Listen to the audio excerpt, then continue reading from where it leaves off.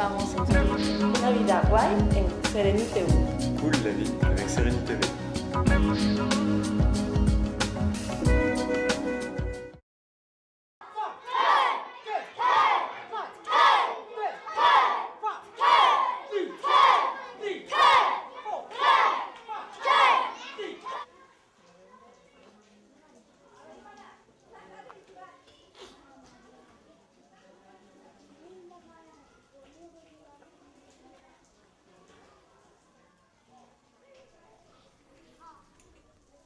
Kung Fu à Bodh Gaya.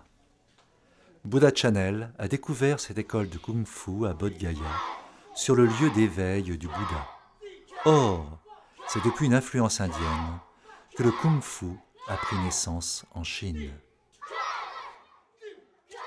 Rappelez-vous, Bodhidharma, un moine bouddhiste originaire de la ville de Kanchipuram, près de Madras, partit en Chine vers 530 après Jésus-Christ afin d'y diffuser le Mahayana, le bouddhisme du grand véhicule.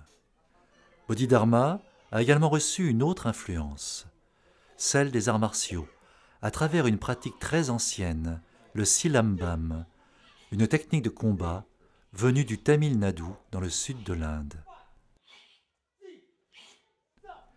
Arrivé au temple de Shaolin en Chine, il enseigna aux moines la doctrine bouddhiste et les initia également au yoga et au silambam, ce qui donna naissance au kung-fu wushu. Un proverbe chinois dit « Tous les arts martiaux de ce monde furent créés sous le soleil de Shaolin ». Après une méditation de plusieurs années, Bodhidharma enseigna ces techniques aguerrissant à la fois le corps et l'esprit. Soumis à un entraînement régulier, les moines améliorèrent leurs conditions physiques et leur santé. Ils purent ainsi poursuivre leur travail quotidien avec plus de vigueur et leur travail spirituel avec plus de conviction. C'est un maître des arts internes, le maître Wung Ying-chiang, qui nous fait finalement comprendre la signification réelle des enseignements de Bodhidharma. Le maître explique que c'est Bodhidharma qui a introduit en Chine la notion de Wu-Te, la vertu martiale. Par là, il faut entendre les qualités de discipline, de retenue, d'humilité et de respect de la vie humaine du véritable guerrier. Avant l'arrivée de Bodhidharma, ceux qui pratiquaient les arts martiaux en Chine s'entraînaient surtout pour se battre et ils passaient leur temps à brutaliser les faibles. Bodhidharma apporta le Wu-Te qui enseigne que les arts martiaux, loin d'être pratiqués dans un esprit combatif, ont en réalité d'encourager le développement de l'esprit et du corps. Dans le kung-fu, l'intention est essentielle. L'intention précède le souffle, l'énergie, disent les textes. Si l'intention mentale est présente, le geste est juste. L'esprit centré, la conscience non éparpillée, le pratiquant s'unit avec le chaos primordial, véritable retour aux sources.